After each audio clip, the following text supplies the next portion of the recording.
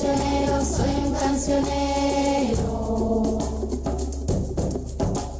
Si yo fuera carpintero no me quedaría ni aserrín. Soy un cancionero, ¿de qué vale una canción si me la quiero?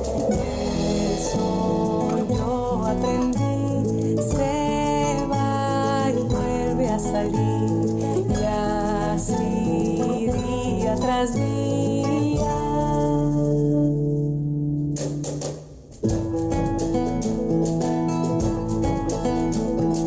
Si yo fuera verdulero, si yo fuera verdulero, no tendría ni romero, ni un tomate, ni un morrón para mí.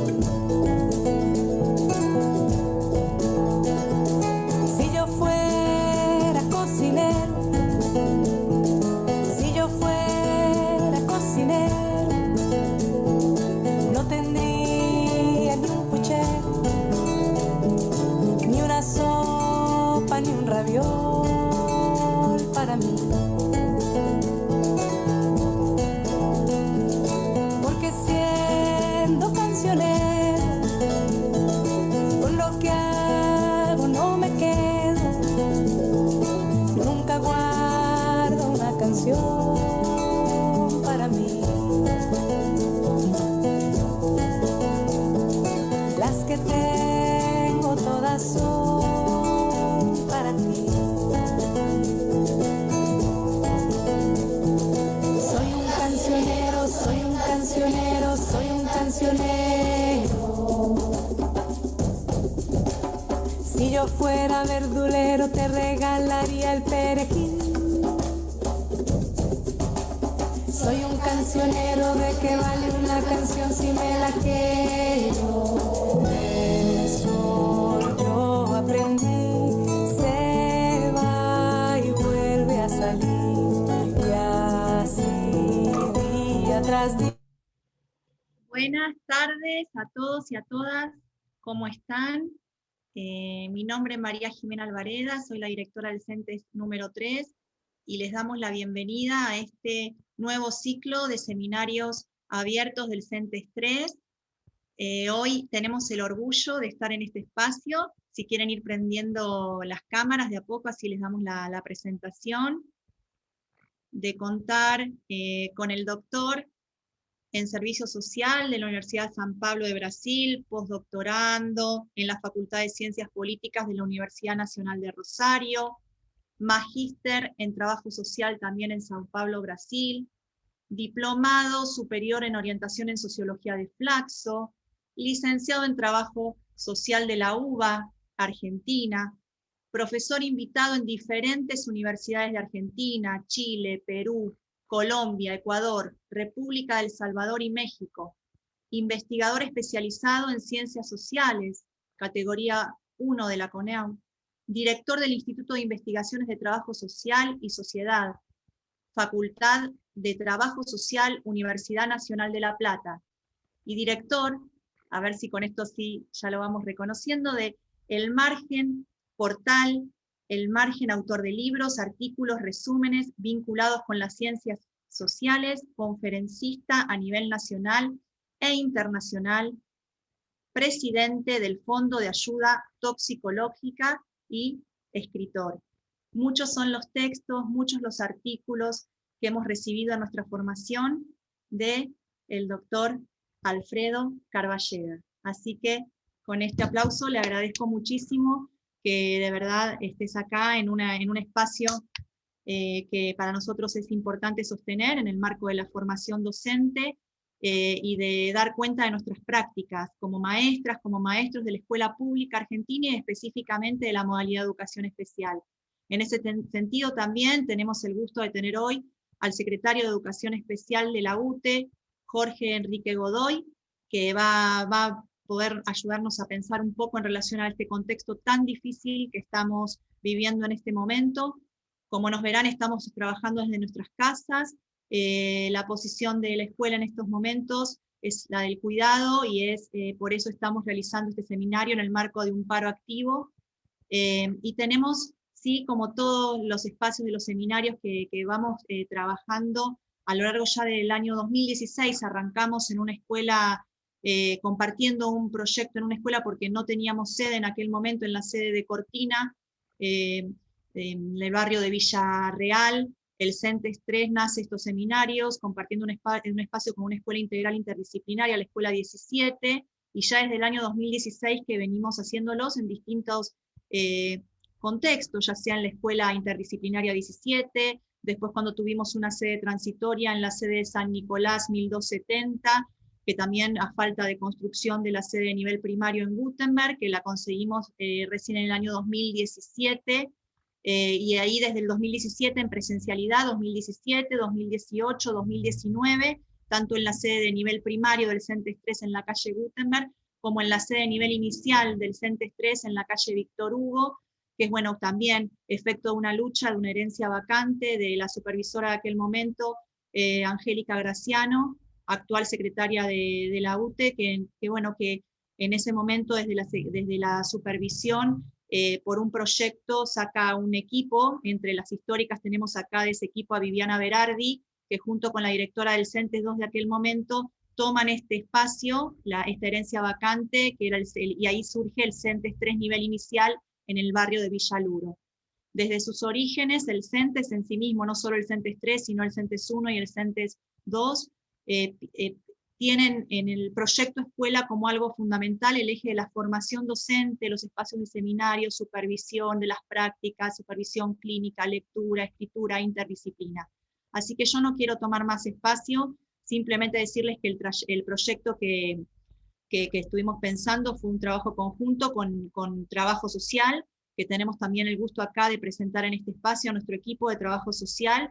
Por nivel inicial está representando a Andrea Maina, licenciada en Trabajo Social, maestra trabajadora social del CENTES 3, nivel inicial por el turno tarde, y por la sede nivel primario, como ya la nombré, a Viviana Berardi, trabajador licenciada también en Trabajo Social, maestra de trabajadora social del CENTES 3, nivel primario en el turno de la mañana, y Julieta More, trabajadora social por el turno tarde de nivel primario en la sede de Gutenberg. Así que bueno, escribimos un texto, les cuento un poco el encuadre del espacio de hoy para que los que nos están viendo puedan tener una idea más clara de cómo va a consistir este encuentro. En primera instancia vamos a presentar este escrito, que fue, como les dije, un trabajo colectivo, que se lo dimos previamente al doctor Alfredo Carballeda para que él desde ahí libremente haga algunas puntuaciones, lo que considera, lo que considera pertinente, que nos ayude a pensar también nuestro propio trabajo, y como les dije también, después vamos a introducir todo el eje pedagógico y político a través de Jorge, que nos va a acompañar. En este momento las vicedirectoras del CENTES, tanto de nivel inicial como de nivel primario, estuvimos con las entregas de las canastas alimentarias, así que seguramente se sumen al final del encuentro para también hacer algunas preguntas y comentarios. Si hay preguntas y comentarios, lo que les pedimos es que los pueden poner en el chat. Nosotras ahí en el chat nos interesaría sobre todo para la última parte que se presenten, de dónde vienen, si alguna quiere, y alguna pregunta también en esa segunda instancia. Vamos a tratar de dejar 15 minutos para que el doctor Alfredo Carballeda pueda hacer alguna devolución. Así que sin más, entonces apagamos las cámaras nosotros y dejamos en pantalla a las trabajadoras sociales del CENTES número 3. Nos vemos en un ratito.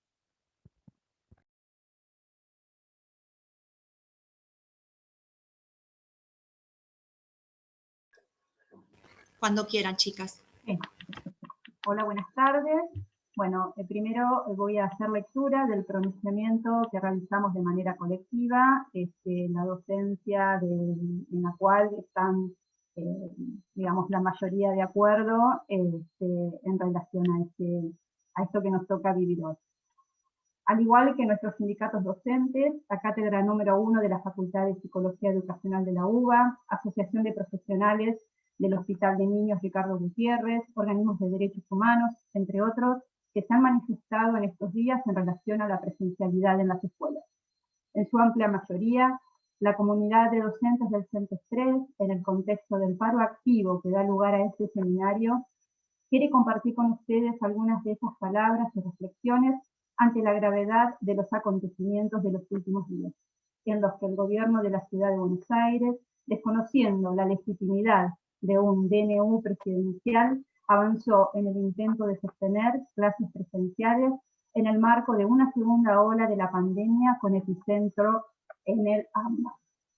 La idea de vulnerar el derecho a la educación por suspender temporalmente la presencialidad en las escuelas desconoce que el derecho a la educación no debería primar por sobre el derecho al cuidado de la vida de niños, niñas y de docentes. Cuestión prioritaria en la escalada de contagios que se ha producido en nuestra ciudad y que el gobierno de la ciudad niega sistemáticamente. Sabemos que la escuela es un espacio de contención para niñas, niños y adolescentes irreemplazables. Nadie niega su importancia y su rol social más allá de lo meramente académico, pero es necesario, creemos, poner las cosas en contexto y reconocer que estamos ante una situación inédita y frente a la cual nadie tiene certezas absolutas.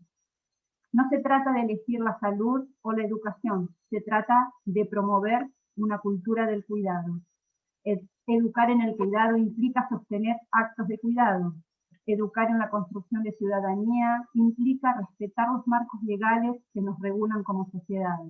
En estos días, ambas cuestiones se han visto vulneradas por un gobierno de la ciudad que no respeta la ley nacional y que insiste en la presencialidad en las escuelas en el marco de un sistema de salud colapsado. Educación no es sinónimo de escolarización o de asegurar la presencia en un edificio. Tampoco es aceptable la afirmación de que las niñas y los niños están en una situación de abandono. Por el contrario, la docencia ha ido buscando nuevas maneras de relación y de acceso a los conocimientos en el marco de esta pandemia. No hay una posición neutral que represente el interés de las infancias. O los niños y las niñas son pensadas al modo tutelar, como un grupo al que hay que proteger desde una posición adultocéntrica, o se los concibe como sujetos de derecho, que construyen sus saberes en relación a lo que acontece y por tanto tienen perspectivas propias sobre ese debate. En este caso, obligarlos a asistir a las escuelas contradiciendo lo que la epidemiología dice, lo que la ley prescribe y lo que el Estado Nacional decreta, no parece un reconocimiento de sus derechos. La catástrofe de la pandemia es un punto de inflexión social. El campo educativo es, sin dudas, el escenario donde desplegar nuestra ternura y alojar a las nuevas generaciones. Para ello resultan fundantes los gestos de cuidado y en este contexto eso implica preservar nuestras vidas para seguir enseñando y aprendiendo. Como docentes del CENTES 3 nos pronunciamos a favor de suspender la presencialidad escolar mientras los números de contagios se mantengan elevados, a la vez que exhortamos al gobierno de la Ciudad de Buenos Aires por la continuidad del plan de vacunación docente, la conectividad en todo el ámbito de la Ciudad Autónoma de Buenos Aires y la provisión de los dispositivos necesarios para que docentes y alumnos puedan acceder al derecho a la educación y al cuidado de su salud. Bueno, ahora le doy la palabra a mis compañeras Viviana y Julieta. Bueno, buenas tardes. Yo voy a empezar a leer el escrito que hicimos juntas, que habla de nuestro trabajo en el CENTES. Bueno, este escrito nace en el campo de la problemática de la modalidad de educación especial como un llamado a dejar de lado el saber individual para componer un colectivo de trabajo docente desde la posición ética y la diferencia y los derechos humanos en la escuela pública. Cada uno desde su función, con los diferentes matices del abordaje interdisciplinario, como un abanico de colores y versiones que componen el entramado del proyecto educativo. Generalmente en el CENTES hablamos de trabajar entre varios. Se trata de armar un espacio, un tiempo, para escucharnos y pensar lo que hacemos todos los días, donde sea posible la intervención donde sea posible también el cruzar distintos modos, miradas, pensamientos, y en eso encontramos la riqueza del trabajo en el CENTES. Trabajar entre varios desde un abordaje interdisciplinario implica la consideración de que el saber de nuestra propia disciplina no es suficiente para dar cuenta del problema, y también es el reconocimiento a nuestra propia incompletud. Queremos destacar que la escuela adquiere un papel muy valioso en la vida de los niños y niñas, y también en sus familias, ubicándose la escuela en un lugar de restitución de saberes, así como refugio y contención afectiva frente a tanto dolor y desigualdad social. La familia es un sistema de interacción en movimiento y transformación continuos, por lo que el sentido de identidad de una persona no está fijo, y se construye socialmente desde el entramado de una historia, una pertenencia a un territorio, una cultura, una herencia, que la escuela de manera colectiva también puede recrear. En estos tiempos tan complejos tuvimos que agudizar aún más ese entre varios, dejar de lado nuestros saberes individuales y hacer de todos para cada uno, estar en todos los lugares que nos requerían.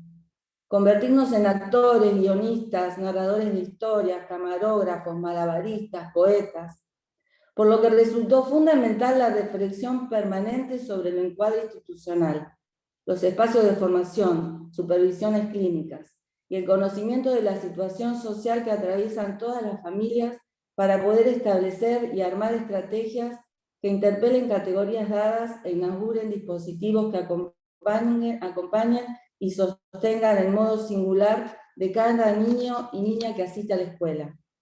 En una escuela como el CENTES, donde creíamos que nuestra presencia era esencial, apareció hasta en las redes un partener nuevo, la familia, quien para sostener ese lazo creado con tanto esfuerzo y sacrificio nos dio la satisfacción de ayudarnos y convertirse en el entre varios, en un puente que nos une y nos fortalece cada vez.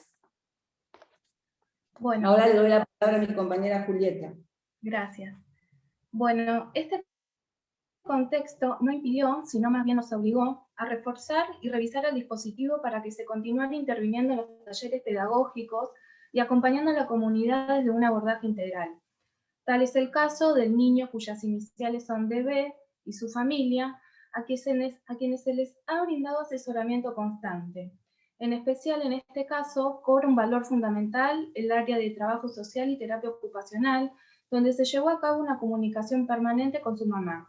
Se le acercó información sobre cuidados, prevención y permisos en el marco de la pandemia, ayuda a través de canasta de alimentos quincenales, como así también acompañamiento y asesoramiento en relación a los trámites de afiliación a la obra social y acceso a sus terapias para dar garantía de su derecho a la salud.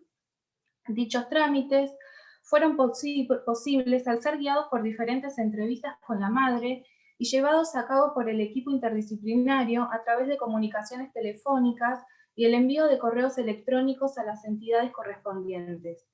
Creemos que con esta, como con otras de nuestras intervenciones profesionales, estamos ayudando a que las familias tomen conocimiento sobre sus derechos y puedan gozar plenamente de los mismos en igualdad de condiciones. Bueno, nuevas posibilidades e interrogantes de intervención social en la escuela. Las disposiciones generadas por la pandemia del COVID-19 trajo aparejadas múltiples modificaciones, cambios sociales, de los cuales el CENTES 3 no ha podido abstraerse. Resulta indispensable repensar los diferentes modos de intervención con la comunidad. Esta escuela cobró centralidad en la organización diaria de cada familia, las cuales se encontraban en las diferentes estrategias diseñadas por las y las docentes para sus clases virtuales, tanto una salida al contexto imperante, como así también una oportunidad para que sus hijos, hijas, continúen ejerciendo el derecho a la educación. Desde los hogares de los niños y niñas, comenzaron a surgir otras problemáticas que implicaban la necesidad de una mayor participación desde la institución. Si bien las familias contaban con el acompañamiento de los y las docentes, se manifestaban ciertas situaciones que hacían referencia a la profundización de las condiciones estructurales que afectaron las condiciones de vida de los y las niñas. Este panorama generó una serie de interrogantes, entre ellos, cómo actuar en este escenario tan cambiante, qué estrategias implementar ante la dificultad de acceso a los recursos, de qué manera no interrumpir el contacto fluido con las familias en el marco del aislamiento y posteriormente el distanciamiento social obligatorio y la presencialidad cuidada actual. Las preguntas anteriores obedecían a una cuestión inherente a la práctica profesional, la intervención. En este sentido, entendemos que en el proceso de intervención es relevante considerar la existencia de diversas representaciones sociales, tanto de las participantes del equipo interdisciplinario, como así también de los propios sujetos de intervención que construyen sentidos particulares. Entonces, desde el equipo convenimos en adoptar un conjunto de estrategias teniendo en cuenta las circunstancias que estábamos atravesando, pero sin dejar de considerar, citando a Carballeda, que la intervención en lo social muestra la necesidad de un trabajo de elucidación, de indagación alrededor de la lógica del acontecimiento que se origina en el momento de la demanda hacia ella. Consideramos que si bien las demandas planteadas al equipo interdisciplinario se correspondían a este momento en particular, donde varias actividades laborales se encontraban limitadas, se tornaba necesario analizar que en el presente se reflejan particularidades de la historia de cada familia. Por ejemplo, la gestión del IFE fue un pedido reiterativo en el año 2020, lo cual no impidió en el análisis profesional reflexionar sobre la necesidad de dicho recurso.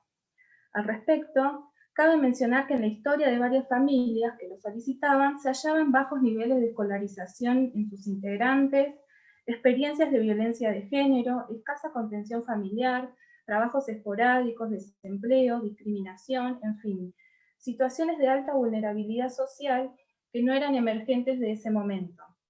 Tal es el caso del acceso a los dispositivos informáticos, a sus usos y a la conectividad. La naturalización respecto a estas cuestiones digitales tendió a profundizar la desigualdad social y obstaculizar el ejercicio de derechos. Alertas de que las condiciones socioculturales, económicas, afectivas y psicológicas pueden repercutir o manifestarse en el espacio escolar y que lo individual se inscribe en tramas complejas, nos propusimos reflexionar sobre las estrategias de intervención a implementar teniendo en cuenta la singularidad de cada sujeto. Para ello optamos por seguir priorizando el enfoque adoptado en el CENTES referente al paradigma de protección integral de derechos de los niños, niñas y adolescentes. Ahora sí, Andrea. Excelente, bueno. Vamos leyendo con tranquilidad, tratemos, digamos, es por ahí mucho el contenido, le pedimos a quienes están escuchando un poquitito de paciencia, para nosotros es fuerte estar en cámara, lo que sí es importante para nosotras también dar cuenta de nuestro trabajo, así que Andrea, tomate tu tiempo para poder leerlo tranquila y así lo pueden ir comentando también. Y también vuelvo a invitar a quien quiera que se lo nombre, que está formando parte también de este encuentro, si viene de alguna otra institución, si quiere lo pone en el chat y yo después lo puedo leer. Luego de la intervención de Andrea, y sí, vamos a proceder a la intervención de Alfredo. Perfecto, bien. Bueno, yo voy a hablar, voy a leer el trabajo que desarrollé sobre mi experiencia concreta y compartida con la docencia del CENTES 3 de nivel inicial en este caso, ¿sí? Bueno, titulé mi trabajo Intervención social en la escuela en el marco de la pandemia, construyendo lazos y presencia en momentos de incertidumbre. Bueno, en el mes de marzo del 2020, un acontecimiento inesperado nos invadió y detuvo la cotidianeidad escolar, la aparición de la pandemia del COVID-19.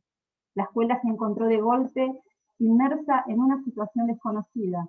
No hubo demasiado tiempo para planificar y tuvo que salir a responder con diferentes propuestas. Se suspende la presencialidad y la comunidad educativa del CENTES 3, en este caso la escuela de nivel inicial, pública, de modalidad especial, donde asisten niñas y niños de 4 a 7 años, docentes, familias, equipo de conducción y equipo interdisciplinario, comenzamos a trabajar de manera colectiva, con una mirada entre varios, como ya dijo mis compañeras, en la construcción de estrategias que permitan adaptar la escuela a la nueva realidad.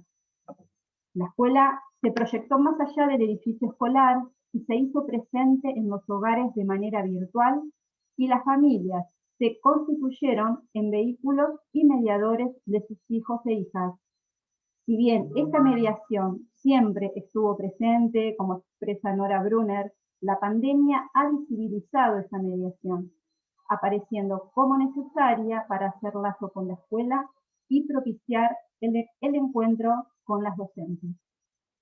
Las familias que asisten al CENTES 3 se enfrentan a mayores dificultades para sostener la educación en estas condiciones, ya que pertenecen al segmento de la población que más se han visto afectadas por las medidas restrictivas y de aislamiento social preventivo obligatorio. Las familias desarrollan sus actividades en los sectores informales de la economía, trabajadores por cuenta propia del rubro textil, servicio doméstico y changas, que estuvieron suspendidas por varios meses el año pasado. Muchas de estas familias viven en barrios donde la conexión de internet y la señal telefónica es débil, o no cuentan con servicio de internet domiciliario, dependiendo de la recarga de datos, muchas veces para poder conectarse.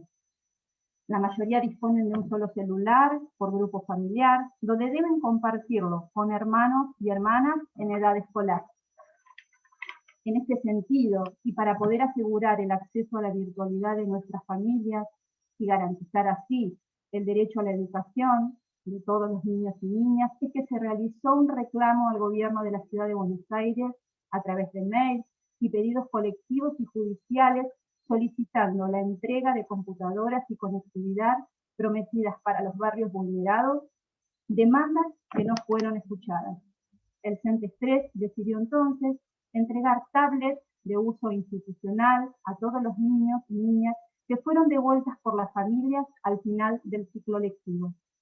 Coincido en este caso con Carballeda en que la intervención en lo social implica una dirección definida desde la demanda o desde su construcción, que es generada desde las instituciones, de los sujetos que acuden a las mismas y de la división de problemas sociales que una sociedad tiene. En este contexto y teniendo como marco la protección integral de los derechos de los niños y niñas, fuimos construyendo líneas de acción que guiaron nuestra intervención y que consisten en preservar fundamentalmente el lazo de la familia con la escuela. Acompañar a todas las familias, brindar información útil sobre políticas públicas, como ya comentaron mis compañeras, recursos vigentes, información sobre comedores y ollas populares que se organizaron por muchas organizaciones el año pasado, entrega de las canastas alimentarias escolares, materiales y dispositivos, como comenté anteriormente, y realizar seguimientos de los tratamientos, acompañando y promoviendo el cuidado y la salud integral de las familias. Las políticas públicas focalizadas implementadas por el Estado Nacional, como el ingreso familiar de emergencia, reajustes en la asignación universal por hijo, tarjeta alimentar, también contribuyeron para permitirles a las familias contar con el alimento y un ingreso mínimo. El trabajo social incluye en su accionar la articulación con los diferentes mecanismos que componen el sistema de protección social. Una articulación heterogénea y singular de instituciones, políticas, planes y programas que en las circunstancias propias de cada situación tendrán diferentes tipos de expresión e impacto objetivo y subjetivo. Docentes y equipo interdisciplinario, mantenemos encuentros periódicos con las familias, ya sea vía telefónica, videollamadas, Zoom, grupos de WhatsApp. Realizamos talleres con familias donde se abordan las distintas propuestas pedagógicas de acuerdo a los lineamientos curriculares para el nivel inicial, pero además se comparten inquietudes, necesidades, interrogantes de las madres y padres que nos permiten ir conociendo la realidad cotidiana de cada familia. Palabras que además de incluir propuesta educativa, den lugar al diálogo sobre lo que nos está atravesando, habilitar intercambios, preguntas y respuestas. La mamá del alumno T, de Sala Verde, por ejemplo, refiere a su maestra: agradezco lo que me envían, muchas veces no sé cómo tratar a mi hijo, y que me envíen ideas me ayuda muchísimo. Donde claramente se escucha que la escuela se constituyó en un espacio de confianza, donde esta mamá se siente alojada, acompañada, pidiendo ideas para acercarse a su hijo. Los ateneos virtuales y presenciales entre docentes y equipo resultan útiles para pensar a cada niño, niña, diseñar estrategias y formularnos distintas preguntas. Por ejemplo, ¿cómo se trata y se acompaña desde la escuela a los alumnos con serias dificultades para establecer lazos con otros? ¿Cómo se acompaña a estas familias con niños y niñas con problemáticas graves en su desarrollo, teniendo que además lidiar con las propias dificultades de la realidad, económicas, laborales, habitacionales, médicas, de hábitat, y que se encuentran agravadas en esa situación excepcional? Hay que revisar las propuestas y convertirlas a nuevos formatos de tareas, talleres, proyectos, videos que hacen al nivel inicial. En el marco de la presencialidad cuidada y la virtualidad, ¿los contenidos tienen que ser los mismos o necesitamos dar lugar a temas que nos atraviesan en este momento?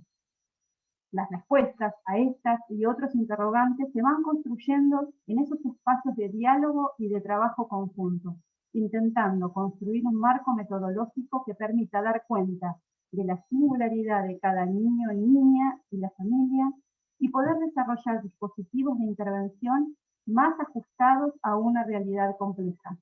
En esta línea se le da importancia a los encuentros con familias, la elaboración de los legajos virtuales que dan cuenta de la trayectoria escolar, situación socioeconómica, dinámica familiar, entrevistas en profundidad, con una mirada de historia de vida.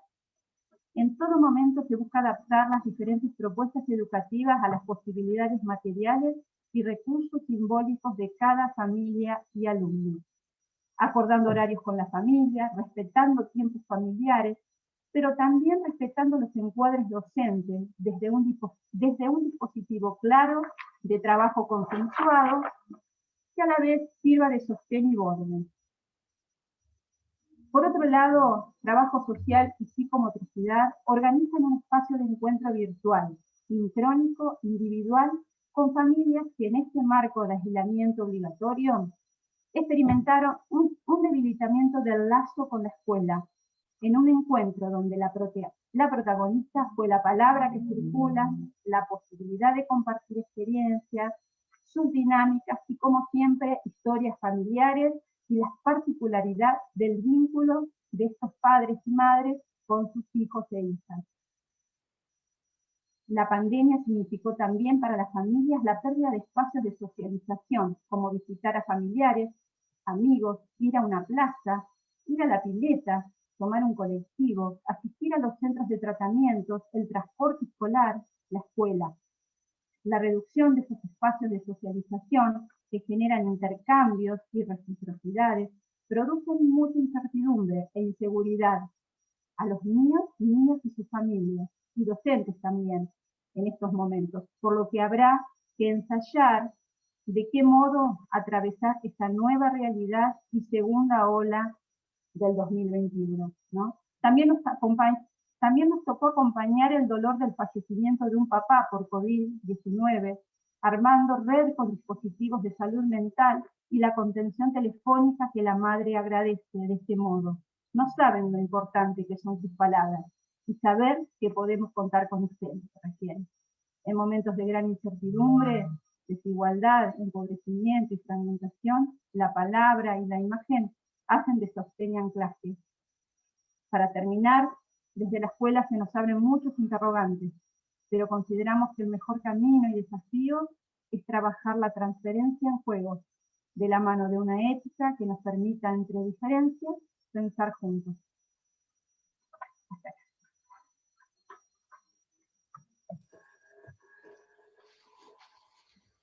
Bueno, le doy la palabra. Muchísimas gracias, sí, Andrea. Muchísimas gracias. Y ahora sí, entonces, ahí paren que prendo la cámara. Le damos la palabra al profesor Alberto Carballeda, quiero agradecer también la presencia ahí, nos están escribiendo por privado, hay gente del equipo de niñez del Centro de Salud Mental número 1, que justamente esto que trabajaba Andrea, ¿no? Del tema de los tratamientos, nuestra supervisora clínica hace muchos años en el CENTES, Heidi Singerman, así que bueno, nos está mandando saludos y un cálido abrazo también al profesor Carballeda, es también...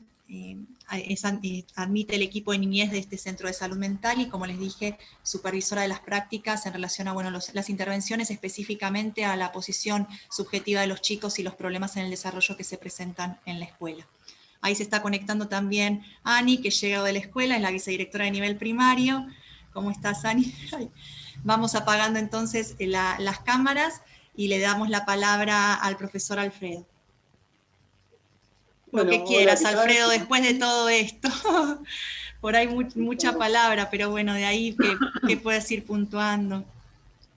No, creo que en principio agradecer la invitación y la posibilidad de compartir el espacio. Como hablábamos antes, creo que son muy interesantes todas las viñetas que se presentaron. Yo lo que voy a hacer es intentar contextualizarlas y intentar generar algunos diálogos con ellas.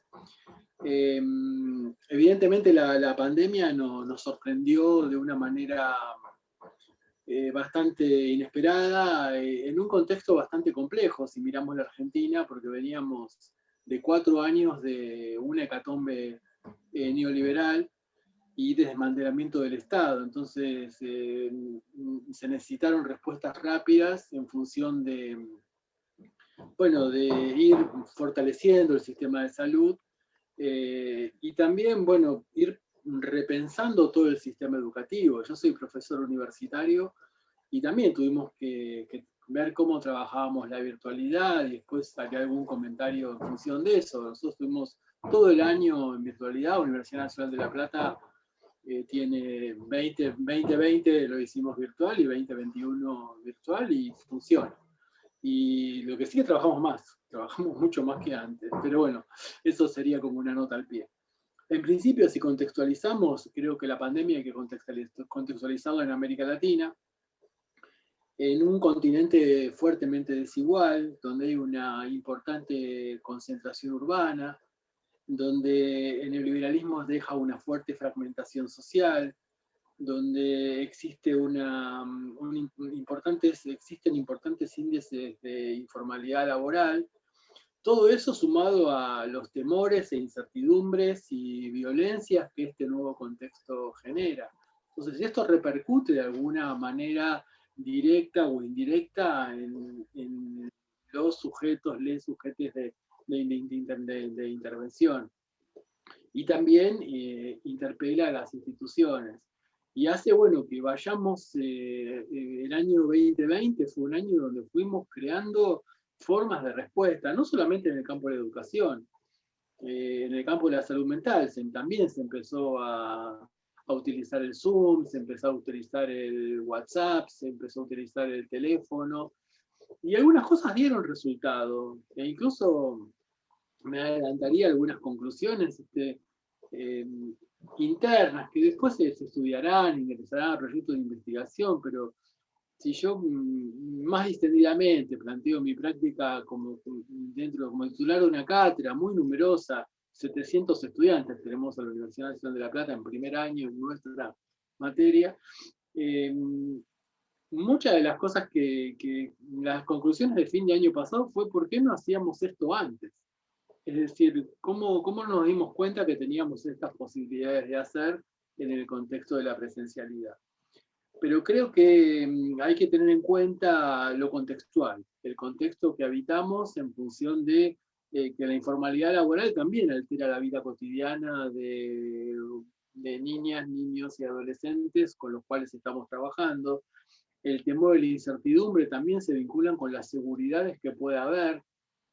Las condiciones habitacionales también son sumamente importantes y significativas. Yo recuerdo cuando empezamos a trabajar la pandemia y empezamos a hacer algunas aproximaciones investigativas, todavía no tenemos investigaciones finalizadas.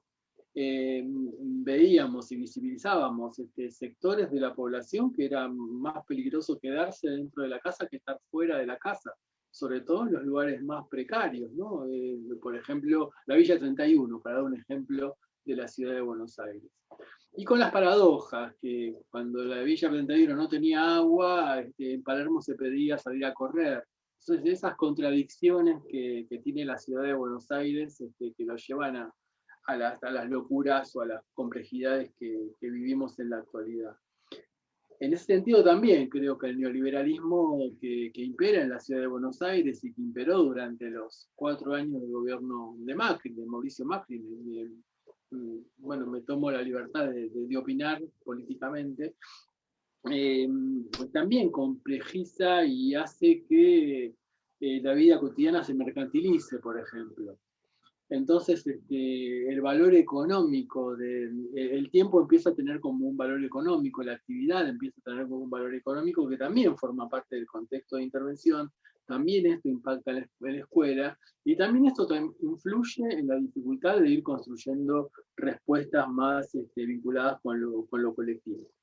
Básicamente, como para empezar a conversar un poco devolviendo lo que escuchamos antes, la pandemia trae nuevas interpelaciones a las instituciones, interpelaciones que tal vez era necesario que existiesen. Yo creo que la pandemia nos va a dejar una gran enseñanza en función de, por ejemplo, me voy del campo de la educación un minuto y digo, en consumo problemático de sustancias, por ejemplo, visibilizamos que se puede trabajar bien con menos gente internada. Y si uno mira las políticas de la Cedronar, desde que arrancó en diciembre de 2019 hasta la actualidad, son de armado de dispositivos territoriales más que de dispositivos de internación. Y están funcionando. Entonces, la pandemia también derriba muchos mitos y propone y nos muestra más posibilidades de intervención, que son estas que vamos probando y que tienen que ver con las necesidades del cuidado, ¿no? Del cuidado del otro, del cuidado de los niñas y adolescentes, en el caso de la escuela o en el caso del trabajo en esa área, y también el cuidado de los propios equipos de salud, de los propios equipos de educación, de los propios equipos que son, digamos, ya que están dentro del campo de la esencialidad.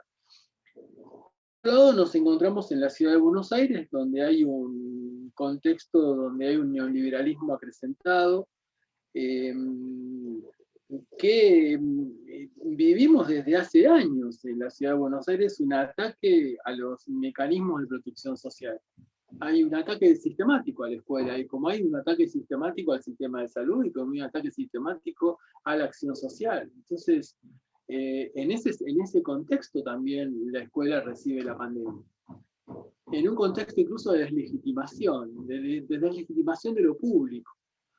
Cuando, digamos, si hacemos un poco de historia, o un poco de memoria, ni siquiera de historia, y yo recuerdo, por ejemplo, cuando hice mi escuela primaria y mi escuela secundaria, a la escuela pública iban los mejores, y a la escuela privada eran los que iban los que tenían problemas de conducta y de aprendizaje.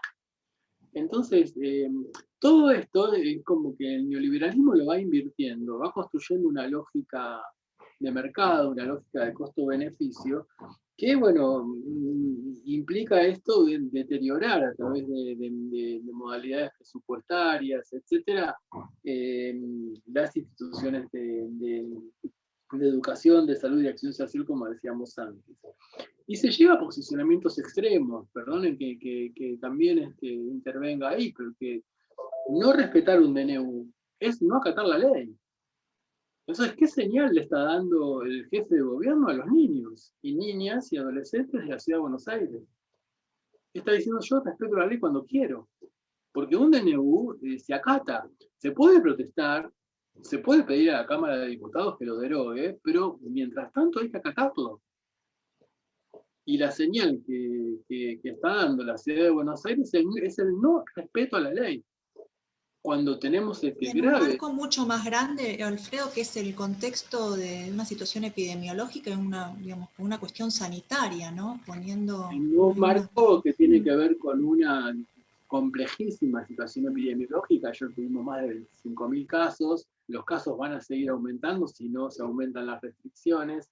Está probado a nivel mundial que la apertura de las escuelas va de la mano del incremento de los casos, sobre todo esas revistas científicas escritas en inglés, que son las que más le gusta a este tipo de público, por llamarlo de alguna manera, también están diciendo eso. Entonces, me parece que es una actitud muy, muy alocada, que tiene que ver con, no sé, con posicionamientos políticos, con internas, no sé, no entiendo por qué se pone en riesgo de una manera tan loca, digamos, a la población.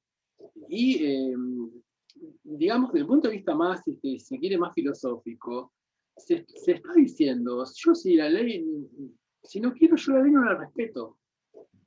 ¿Cómo recibe eso un niño, una niña, un adolescente? Cuando se le impone una regla o se le plantea un límite, por ejemplo. Cuando la autoridad máxima de una ciudad dice, bueno, yo la ley la manejo como quiero. Entonces, me parece que eso es grave y me parece que es un tema a trabajar en función de cómo se construyen las responsabilidades. Entonces, vuelvo a decir, desde el punto de vista jurídico, y no estoy haciendo una opinión vana, digamos, desde el punto de vista jurídico, un decreto de necesidad y urgencia debe ser acatado. Uno puede no estar de acuerdo como jefe de gobierno, pero puede manifestar su desacuerdo, pero mientras manifiesta su desacuerdo y espera que un juez diga qué se hace o qué no se hace, o espera que la Cámara de Diputados lo derogue, tiene que cumplirlo. Y eso no se cumplió. Y esto es grave. Es grave porque va de la mano de, digamos, de posicionamiento, diría yo, que tiene que ver con el autoritarismo, que tiene que ver con el negacionismo, que tiene que ver con las marchas anticuarentena, que tiene que ver con las agresiones a periodistas. Creo que eso también es contexto, eso también lo viven las niñas, niños y adolescentes que concurren a las escuelas, que concurren a los distintos dispositivos de intervención social. Incluso, y esto se estudia mucho en el campo de la ciencia política en la actualidad, porque esto es un fenómeno mundial, no es un fenómeno de la ciudad de Buenos Aires, ¿no? Hay como, esto lo vimos el 6 de enero cuando tomaron el Parlamento de los Estados Unidos para evitar que el nuevo presidente asuma su mandato. Entonces, hay una tendencia mundial que tiene que ver con un negacionismo, que tiene que ver con una idea de la antivacuna, que tiene que ver con una idea, diría yo, de libertad como derecho a destruir la sociedad. Si arrogarse la libertad de decir, bueno, estoy en desacuerdo con esto, y si estoy en desacuerdo con esto, tengo la libertad de destruirlo, de desmantelarlo, de desarticularlo. Porque cuando uno piensa, digamos, en un movimiento antivacuna, o la antivacuna, o una vacuna, o el sentido de una vacuna, vacunarse no implica el cuidado de uno mismo, vacunarse implica el cuidado de la sociedad. Hay una doble cuestión en ese punto. Si yo decido no vacunarme, estoy poniendo en riesgo también a la sociedad, no me estoy poniendo en riesgo solamente a mí mismo, y es una dirección o una decisión de orden personal. Pero bueno, y mientras tanto, bueno, se desmantela la protección social, como decíamos antes, se deslegitima la democracia, se imponen discursos de odio y se fragmenta aún más la sociedad. En ese sentido, para ir más a lo interventivo y a cuestiones vinculadas, porque esto era un poco cosas que quería plantear con respecto al contexto de intervención, porque también uno disputa con ese contexto. Y eso también se inscribe en la subjetividad, también eso forma imaginarios sociales, también eso es otro campo de disputa y otro campo de complejidad en términos de intervención, porque esto no es solamente un grupo. Parte de este discurso es tomado por parte de la sociedad, y esa parte de la sociedad también concurre a la escuela y concurre a las instituciones. Entonces también ese es otro campo de problemas, por decirlo de una manera rápida. Y por supuesto, dentro de la niñez y de la adolescencia, bueno, hay una singularidad en la inscripción del padecimiento, hay una singularidad en la inscripción de las violencias, que implican nuevas formas de intervención dentro de las posibilidades que permite un contexto de pandemia nunca visto. nunca vivimos una pandemia. La última pandemia que ocurrió a nivel histórico fue hace 100 años, fue la famosa fiebre española, que no tuvo la expansión que tiene esta pandemia, porque no había los medios de dispersión de población, que no había aviones en 1918 que transportasen pasajeros, entonces era mucho más difícil esa dispersión. O sea, estamos en un momento realmente difícil a nivel mundial, y eso también se inscribe en la subjetividad como padecimiento en el sentido de incertidumbre. Entonces, digo, si no acato la ley, estoy construyendo incertidumbre. Estoy generando falta de certeza. Estoy construyendo inseguridades. Y todo eso es padecimiento. Se padece el no cumplimiento de la ley. Y entonces eso va a ser un campo de trabajo seguramente dentro de la salud mental, y también va a tener, digamos, apertura o visibilidad o cuestión o interpelación en el ámbito escolar. Y por otro lado, bueno, también si miramos todo el contexto de pandemia, una nueva forma de construcción de la vida cotidiana implica otra organización, digamos, de la familia, del grupo conviviente, del grupo de pertenencia, del grupo de referencia, de las relaciones sociales, de cómo seguir construyendo lazos, de cómo seguir sosteniendo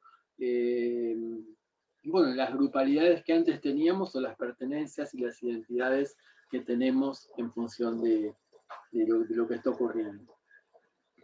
Por otro lado, también diría que el territorio aparece como un espacio de cuidado. Me parece que eso es interesante como para pensarlo. También creo que, bueno, ustedes lo están viendo, cómo impactan las problemáticas de hacinamiento, pobreza y alimentación en la vida cotidiana. Y creo que eso bueno, se suma a la desigualdad de género, a la no continuidad de la educación, a la brecha tecnológica. Bueno, es un poco, estoy repitiendo en términos de punteo de lo que se dijo en los 3 escritos que se presentaron. Algunas cuestiones que yo vincularía con la intervención, ¿no? Como para ordenar un poco desde allí, plantearía como, bueno, empezamos a ver la importancia de la intervención remota. Y empezamos a ver no solamente la importancia de la intervención remota como algo que es posible, sino como algo que genera algo que antes no podíamos generar.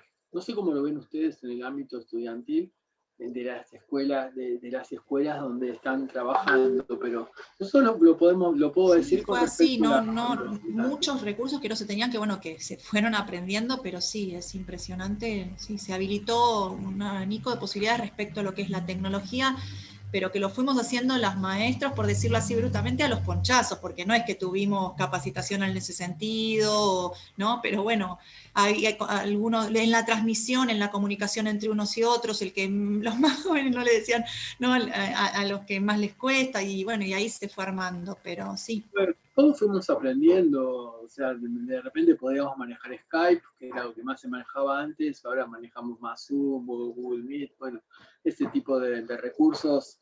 Hoy incluso estamos utilizando más videos que antes, y ese tipo de cuestiones.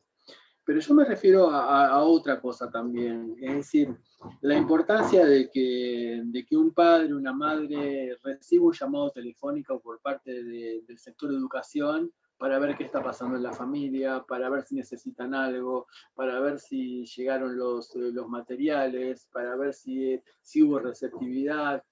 Y bueno, eso ojalá que nos quede. Ojalá lo podamos seguir haciendo. Yo lo digo ahí desde mi lugar como profesor universitario. Nosotros, cuando empezó la pandemia, como decíamos antes, dijimos, bueno, nos ponemos 3 objetivos, que son contención, inclusión y educación. Con esas 3 cosas tenemos que trabajar. No puede una cosa ir separada de la otra.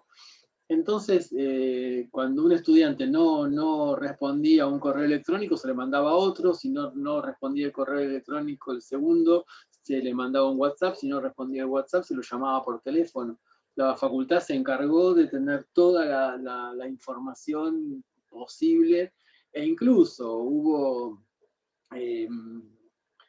ayudantes de cátedra que llevaron en bicicleta apuntes en físico a estudiantes que no tenían buena posibilidad de conexión a internet o acceso a datos.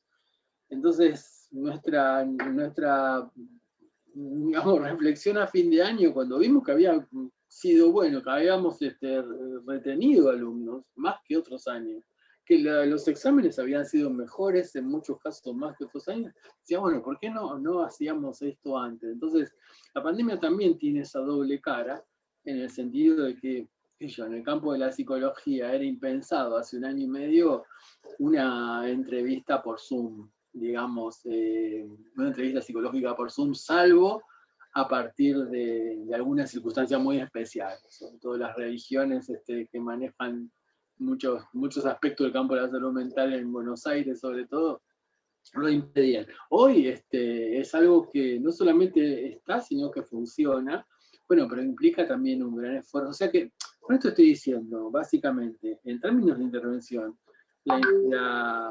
lo remoto es posible, es importante lo presencial, obviamente todos queremos lo presencial, pero lo remoto es trabajo, es un trabajo mucho más intenso, mucho más fuerte, es posible, y también tiene sus beneficios. Y no solamente en el campo de la educación, te vuelvo a decir, en el campo de la salud mental se ve con bastante claridad, incluso yo he supervisado situaciones de equipos de salud mental que hacen Zoom como trabajo grupal, o sea que lo grupal se recupera a partir del Zoom, cuando antes no se recuperaba en la presencialidad. Y bueno, algo de eso calculo que va a quedar.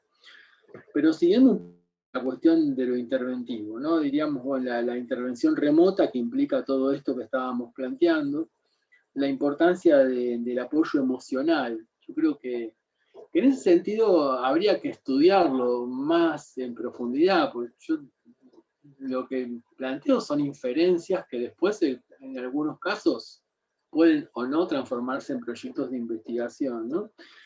Pero hay una diferencia. Nosotros podríamos decir, a partir de textos que recopilamos, de encuestas autoadministradas que hicimos con trabajadores sociales del conurbano bonaerense, sobre todo, en algún caso también de la Ciudad de Buenos Aires, que en ese sentido, la idea de escucha, la idea de apoyo emocional, trajo también beneficios y fue una forma de construcción de accesibilidad.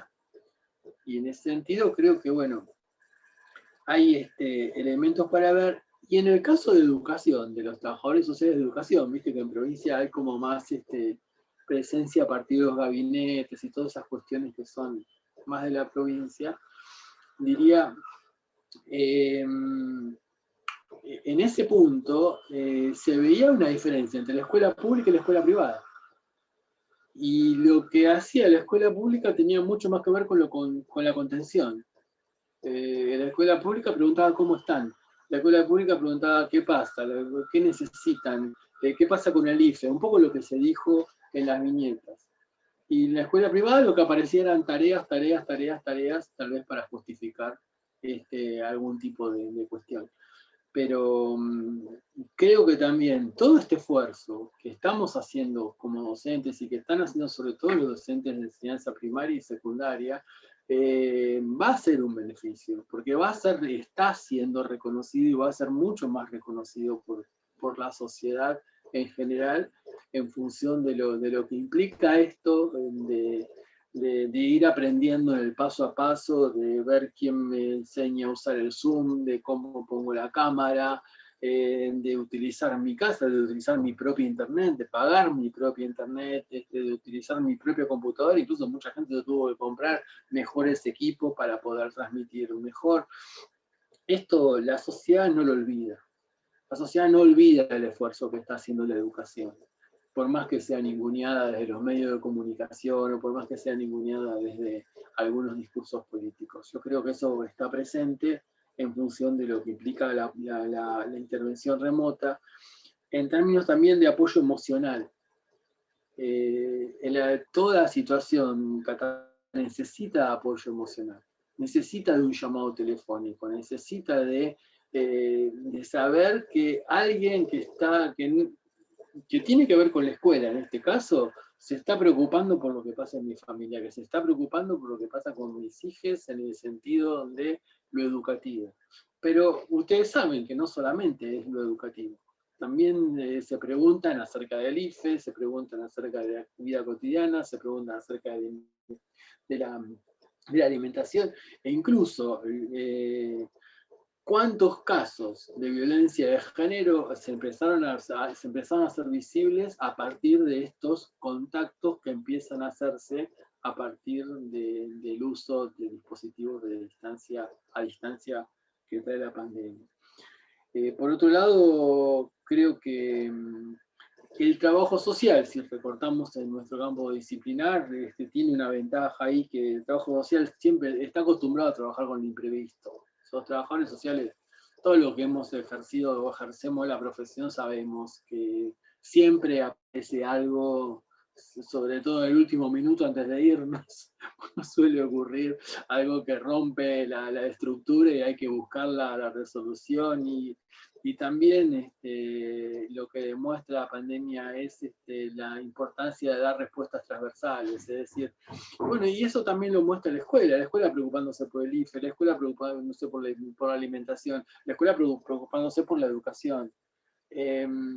Bueno, tal vez la nueva escuela tenga que ver con esas cuestiones, no tenga que ver con que, bueno, mi sector es yo me ocupo solamente de esto, mi sector es salud, yo me ocupo solamente de salud. Eso ya venía discutiéndose desde antes, y cuando se habla de transversalidad, cuando se habla de abordajes transversales, cuando se habla de abordajes holísticos, integrales, etcétera, y de trayectorias, bueno, se está hablando justamente de estas cuestiones que se está construyendo en este esfuerzo tremendo que está haciendo el sector de educación, como también lo está haciendo obviamente el sector salud. También diría la intervención en función de la organización de los cuidados, seguramente les pasó eso, y se visibiliza también desde las viñetas, ¿no? Es decir, ante una situación compleja como una pandemia, la organización de la cotidianeidad en términos de cuidado requiere de una voz externa. Requiere de, por lo menos, de saber que hay alguien a quien puedo recurrir o que me puede llamar en función de lo que está pasando. Y en ese sentido creo que también hay algo interesante como para pensar en intervención ahí. Por otro lado, también fíjense cómo si recordamos intervenciones, cómo la intervención también se vincula con aclarar y despejar las informaciones, ¿no? O sea, cómo hay toda una cuestión vinculada con, llamémosle, el saber alrededor de este tema, y bueno, y cómo aparece esta pregunta en términos de incertidumbre, en términos de duda, en términos de problema, y cómo esto, bueno, es conversado y trabajado. O sea que también hay un posible uso de la palabra a través del Zoom, a través del teléfono, incluso a través del WhatsApp. Y bueno, creo que tenemos que seguir aprendiendo en ese punto. Por otro lado, también creo que quedó bastante clara la importancia del Estado. Creo que está clarísimo. Cuando voz de interna del Hospital Muñiz queda claro que el sistema de salud tiene que ser único. Creo que la pandemia también nos está mostrando eso. Y nos mostró que sin Estado estaríamos en problemas. Y en el caso de la Ciudad de Buenos Aires, no nos olvidemos que la dictadura militar quitó el 50% de camas. Es decir, sin dictadura tendríamos el doble de camas que tenemos en la actualidad. No sé, algunos recordarán, el viejo Hospital Rawson era uno de los hospitales más grandes de la Argentina. Hoy es un albergue. O el hospital Salaberry. Acá tenemos compañeras del CENTES 1 que está ahí al ladito del Rawson y sí pueden dar cuenta de eso. Sí. Bueno, fíjate, ese era un hospital de referencia, y O el Hospital Salaberry, que hoy es una plaza. Lo tiraron abajo y es una plaza. La dictadura quitó el 50% de camas a la Ciudad de Buenos Aires, y ¿sabes cuál es la excusa que tenían?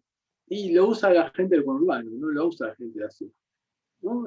Como si el conurbano y la ciudad no fueran la misma cosa. También la pandemia nos enseñó esta necesidad de pensar integralmente la relación provincia de Buenos Aires, ciudad de Buenos Aires. Entonces, creo que hay un montón de cuestiones que aparecieron y que tienen que ver incluso con protocolos de entrevistas. Nosotros hemos trabajado con gente de Ushuaia, por ejemplo,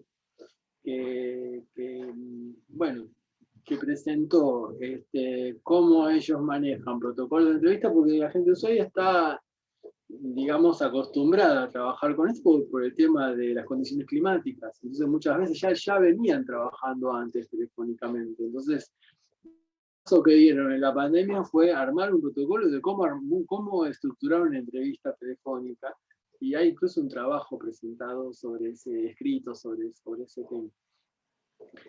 En definitiva, diría yo, creo que el trabajo social siempre está ahí, en el lugar del padecimiento, escuchando, ordenando, haciendo, en este contexto tan complejo que devela la desigualdad.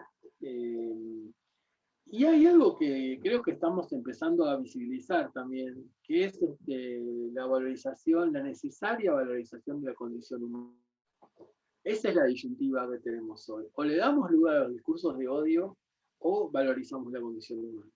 O sea, o recuperamos el humanismo que el neoliberalismo nos robó hace 50 años, o vamos a una hecatombe. Vamos a una verdadera hecatombe que tiene que ver con que empieza, digamos, con la hecatombe climática, y tal vez esa hecatombe climática tenga que ver con la pandemia. Yo no creo, no me animo a... Es decir, no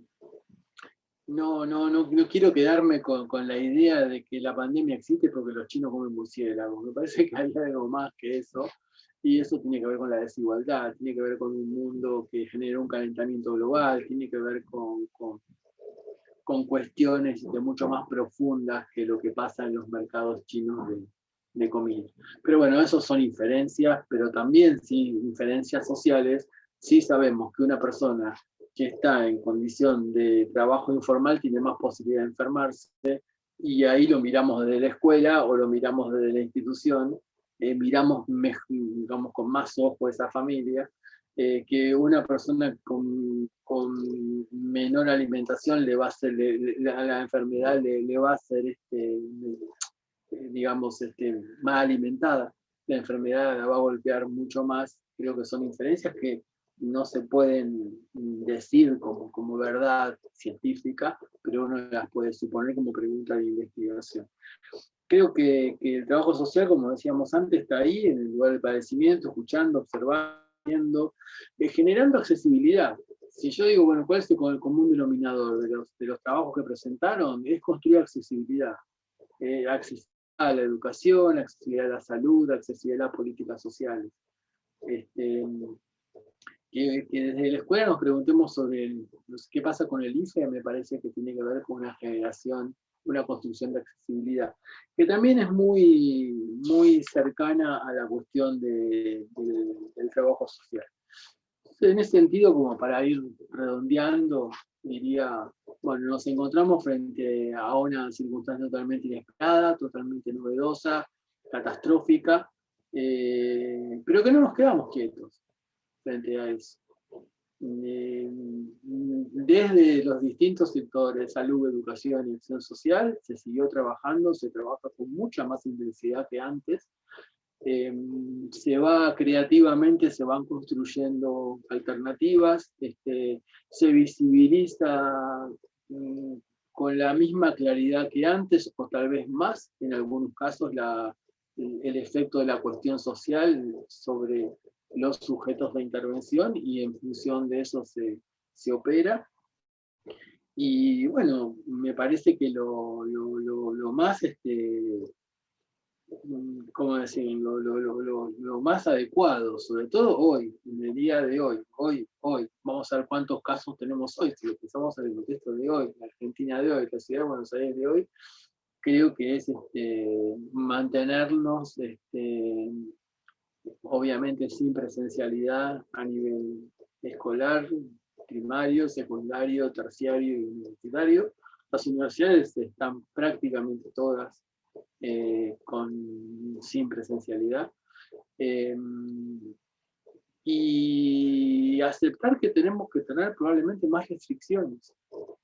Y no puede ser que yo diga, bueno, pero si me restringen la posibilidad de irme a tomar cerveza con mis amigos, me coartan la libertad.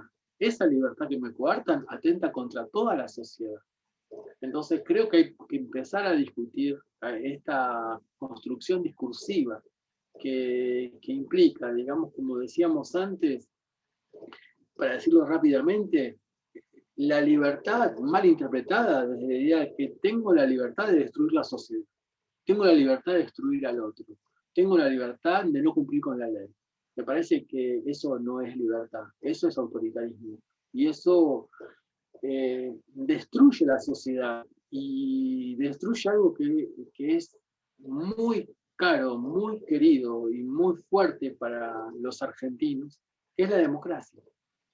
Porque todo esto termina atentando contra la democracia, termina desestabilizando la democracia. Entonces, creo que también desde nuestras prácticas, cuando estamos inventando qué hacer en función de contener estudiantes, en función de llegar a la casa como podemos a partir de los pocos dispositivos que tenemos, ahí estamos cuidando la sociedad, y estamos cuidando la democracia, y estamos cuidando el lazo social. Yo creo que eso ya es visibilizado y va a ser mucho más visibilizado cuando, bueno, la pandemia pase y tengamos más posibilidades de reflexionar a nivel de social. Así que, bueno, me queda solamente felicitarlas por el trabajo. Hablábamos antes, me encantaría pensar en alguna publicación, si es que ustedes quieren, y bueno, y agradecerles muchísimo la invitación. Espero haber sido claro, disculpen que fui un poco efusivo, pero bueno, las circunstancias te llevan a veces a ser un poco más Muchísimas gracias, más que claro, échale agua. Gracias por despejar estas cuestiones entre lo que tiene que ver con educar y cuidar, que en este sentido, o sea, me gustaría por ahí que también pueda comentar desde el sindicato, nuestros sindicatos, que bueno, que cuál es la lucha que se viene, ¿no?, llevando adelante en relación a poder diferenciar estos sentidos. No sé si se encuentra Jorge por ahí, si está conectado, para, bueno, contarnos un poco cómo ante esta investiga, cómo se viene pensando a nivel sindical y específicamente desde la UTE. Está muteado, Jorge. Desmuteate, sí, Jorge. Ahí está.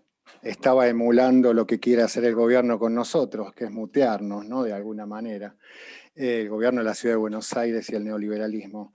Digo, en primer lugar, agradecer este espacio, ¿sí? Agradecerle a las compañeras, a Andrea, Julieta, Andrea, Viviana, vos, Jimena, a Ani y Alfredo, porque esto es la escuela pública. Digo, lo que quieren hacernos creer que es la escuela pública o lo que instalan en los medios de lo que es la escuela pública, hoy se contrapone a lo que estamos evidenciando acá de lo que nosotros somos la escuela, nosotros la construimos a partir de la discusión, del pensarnos, del pensar al otro, en una ciudad de Buenos Aires en donde el necroliberalismo quiere tomar posicionamiento, en una Latinoamérica en donde las derechas van avanzando a pasos agigantados y los pueblos les van oponiendo resistencia.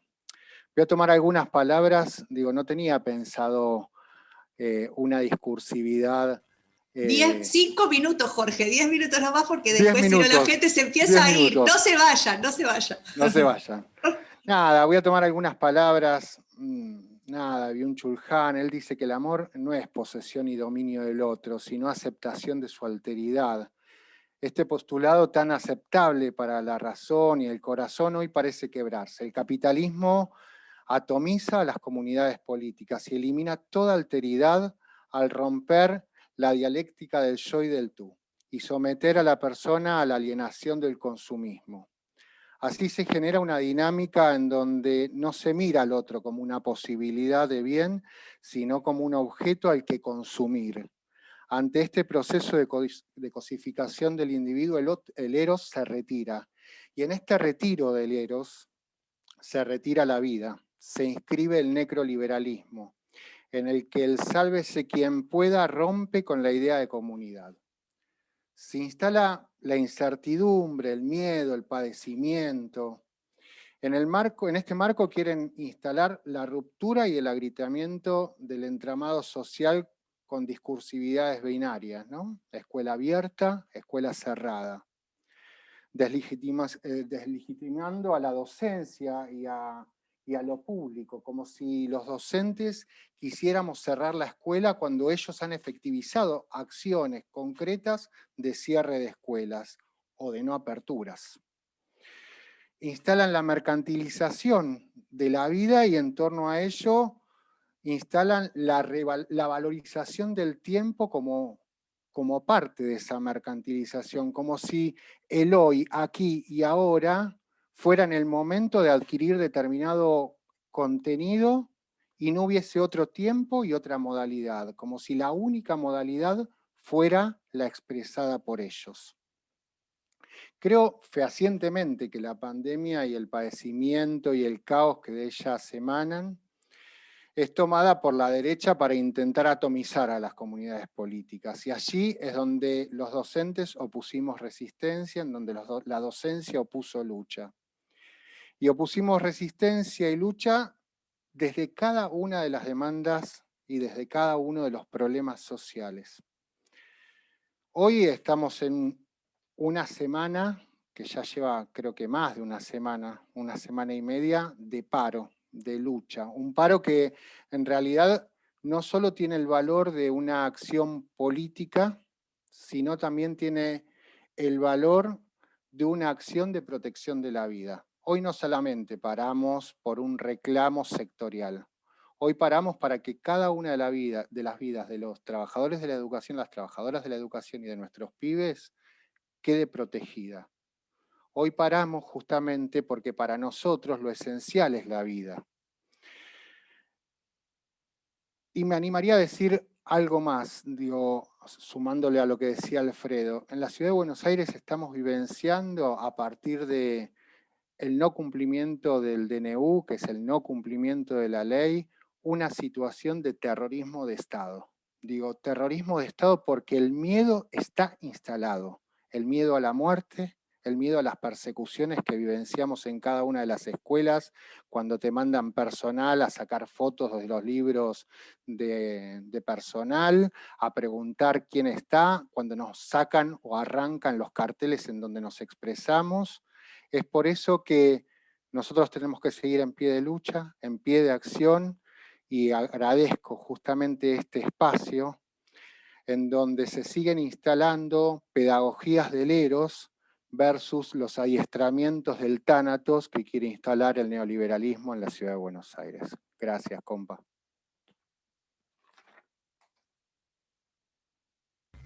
Gracias, Jorge. Bueno, compañeras, Ani, están por ahí, Ani Coli, Andrea, vamos a ir leyendo acá algunos comentarios que traen compañeras. ¿Querés ir? Voy comentando acá algunas cuestiones que aparecen en el chat. Hola, soy Andrea López, trabajadora social del equipo de orientación escolar y escuela domiciliaria. Un hermoso texto que armaron las compañeras. Felicitaciones, muchas gracias por permitirnos participar.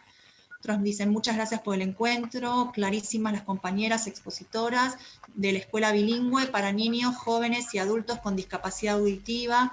Bueno, Alfredo hablaba de la accesibilidad, ¿no? La importancia, ¿no? Las compañeras con este tema de, bueno, la lengua bilingüe, ¿no? El lenguaje de señas como primera lengua también en la comunidad, ¿no? Cuánto nos falta en ese sentido también aprender, así que compañeras acá de Osvaldo Mañasco, que agradecen, dicen gracias Alfredo. Y bueno, muchísimos agradecimientos para Alfredo, dice un placer escucharte, reflexionar con esta ponencia, dice, después están también compañeros del CENTES 1, te agradecen muchísimo la intervención, al doctor Carballeda, un referente ineludible de nuestra disciplina, en la línea con lo que señala respecto del impacto subjetivo del avasallamiento de la ley como reguladora de los vínculos sociales, creo que es importante mencionar el deplorable comunicado del Consejo de Derechos de Niños, Niñas y Adolescentes en Cava, alineado con la posición hegemónica del Ejecutivo local. Ayelen Pérez, también compañera de la Integral 18, muchas gracias por brindarnos estos espacios, un abrazo enorme. Inés, del CENTES 3, bueno, varios comentarios de distintos lados de lo que es la modalidad de educación especial, Alfredo, que bueno que fue. Así que le doy la palabra como para mis compañeras, no sé, comentarios, impresiones. Andrea Carpintieri es la vicedirectora del nivel inicial de la sede de Víctor Hugo que hablábamos al comienzo. Hola, buenas Sí, tardes Andrea. a todos, a todas. Gracias Alfredo y el resto de las expositoras de la escuela, de Jorge por el acompañamiento y tu presencia, Alfredo, más que importantes y necesarias en este momento, tus palabras, digamos, tu aporte, tus punteos. Realmente coincido 100% con tu visión y tu posición.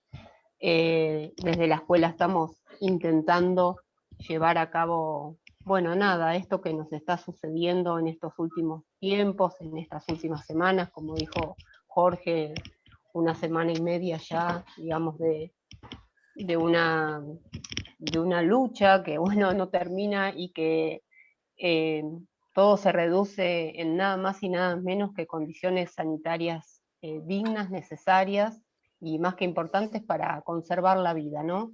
Después de eso nada, sino, me parece, más allá de los derechos que todos podemos tener y que hay que, por supuesto, preservarlos y defenderlos y promoverlos, sobre todo para nuestros niños, niñas y adolescentes, me parece que el derecho a la vida está primero, o sea, es algo primordial, sin ello detrás no viene nada, creo. Y bueno, nada, un poquito me parece que sería quizás, como vos decías un poco en el principio de tu exposición, Alfredo, quizás es repetir un poco de lo que hablaron las docentes, maestras trabajadoras sociales del CENTES, o algo, digamos, de tu aporte, pero decir que simplemente, sí, intentamos otras posibilidades desde la escuela, más allá de la virtualidad del año pasado, que fue casi absoluta, iniciando por supuesto desde un principio con una incertidumbre absoluta, pero de a poquito, fuimos construyendo y justamente generando esas accesibilidades o esos aportes, digamos, de posibles caminos para ir construyendo el cómo llevar la escuela a las casas de nuestros alumnos y alumnas. Fundamentalmente es rescatar sí o sí el lazo posible que pudimos establecer con cada una de las familias de nuestros niños y niñas, porque justamente fue a partir de ese lazo, de esa construcción, de ese vínculo, que pudimos llegar a ellos con la tarea pedagógica, con nuestra función pedagógica como escuela, pero no solo eso, sin duda, lo que pasó el año pasado y lo que está sucediendo este año. Es una contención también desde lo social, de todo lo que nos está pasando como país, como sociedad, de todo lo que estamos viviendo por la pandemia y por cuestiones también políticas, ¿no? Por decisiones políticas, esto de tener que, digamos, defender un DNU cuando es una ley, digamos, nacional, y estamos en esta disyuntiva de que nos imponen pasar por alto esa ley y las escuelas abiertas entonces. No sé, hay un montón de cuestiones más, son momentos también de angustias, pero nada, estos espacios me parece que valen la pena, son necesarios, y más que enriquecen, aportan, digamos, al trabajo permanente. No sé, están mis compañeras también que Ani. quizás quieran hablar. Ani Colli, vicedirectora de nivel primario. Bueno, buenas tardes, agradezco. Como dicen, bueno, ya está casi todo dicho, no tengo mucho más que agregar, sino que comparto todas las posiciones. Sí, estamos a partir del año pasado, bueno, nos reciclamos, flexibilizamos, inventamos, construimos, armamos, no sé, hicimos un montón de cosas, priorizando las familias, el otro, ¿no? Sobre todo el otro que estaba viviendo. Nosotros estábamos viviendo esa situación, pero el otro también la estaba pasando y algunos la estaban pasando muy mal. Bueno, un poco las viñetas que trajeron las chicas fue de todo lo que tuvimos que construir el año pasado. Me incluyo porque estaba de ese lado el año pasado, yo formaba parte del equipo y junto con la trabajadora social y con todo el equipo hicimos toda esa movilización de ir la escuela a la casa, ¿no? Ya lo veníamos haciendo, el CENTE siempre lo hace, ¿no? Ir a las casas, ver lo que pasa, contener, escuchar, ponernos ahí, ¿no? Y decir, bueno, acá estamos, no sé, acompañamos. Eso hicimos todo el año pasado, lo hicimos este año, y este año, bueno, en esta situación muy particular, donde nos encontramos en realmente en una encerrona, ¿no? Diría yo, porque estamos obligados a desoír algo que es una ley, una norma, y a la vez educamos como escuchamos, y cuando dijiste antes, tenemos que educar en relación a la ley, a la normativa, y tenemos que desoírla. Bueno, es una situación realmente muy, muy contradictoria, uno se siente como no entiende la lógica, ¿no? Es bastante complicado. Así que, bueno, la verdad que estos espacios son espacios que hay que seguir sosteniendo, espacios de reflexión, espacio de escucha, espacio de escucharnos, así que bueno, nada más, no tengo nada más que decir. Espacio de resistencia también, como También, podemos con nuestras contradicciones, en ese sentido, gracias por estar y bueno, Alfredo, unas últimas palabras, si querés, ya para ir finalizando, si quieren todas las compañeras y digamos Jorge prender las cámaras, pero ya más que nada para despedirnos, Alfredo, unas últimas palabras. No, bueno, muchas gracias de vuelta por la invitación, quedo a disposición todas las veces que podamos encontrarnos, seguramente bueno, estaré, espero estar. Y nada, creo que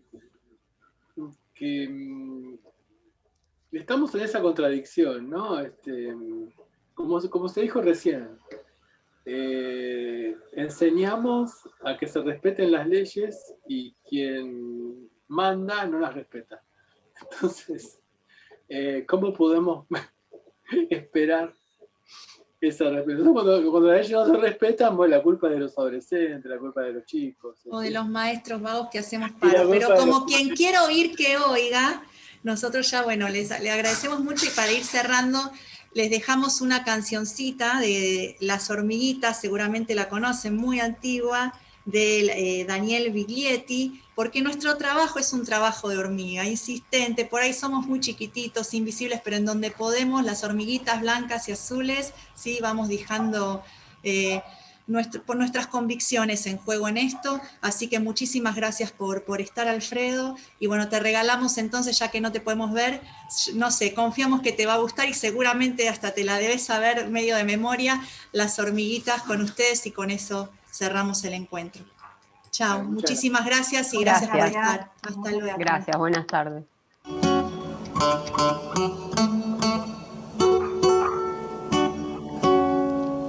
Las hormiguitas blancas y azules con su carguita cruzan la tierra, cruzan los mares, cruzan los cielos, dejando atrás el temporal, la casa rota, el pie asesino, la vida herida por ese mal. El temporal,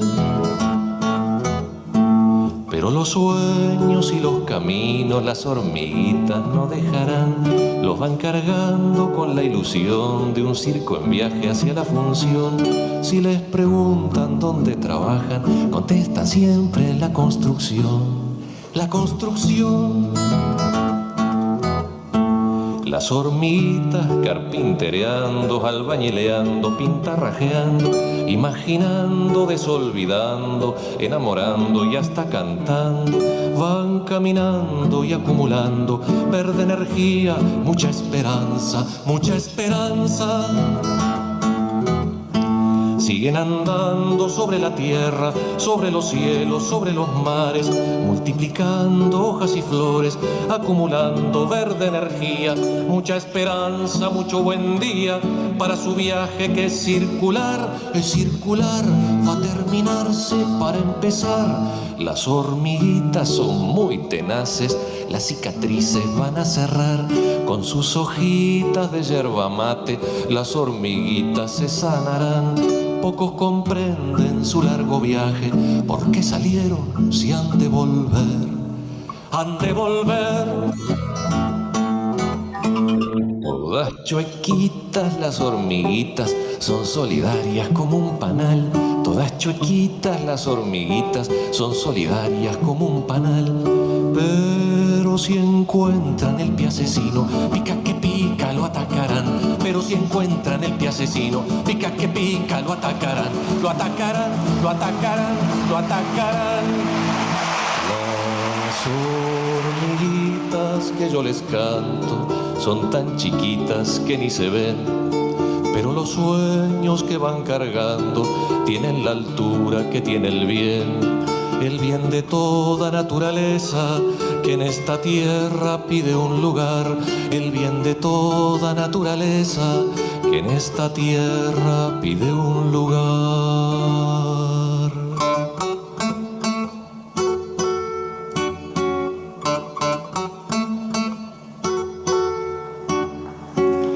Las hormiguitas nunca se pierden porque su viaje es circular. Las hormiguitas nunca se pierden porque su viaje es circular. Es tan redondo como los ojos de un ser humano al despertar. Es tan redondo como los ojos de un ser humano al despertar. Es tan redondo como el planeta que vamos juntos a liberar. Es tan redondo como el planeta que vamos juntos a liberar. A liberar, a liberar, a liberar.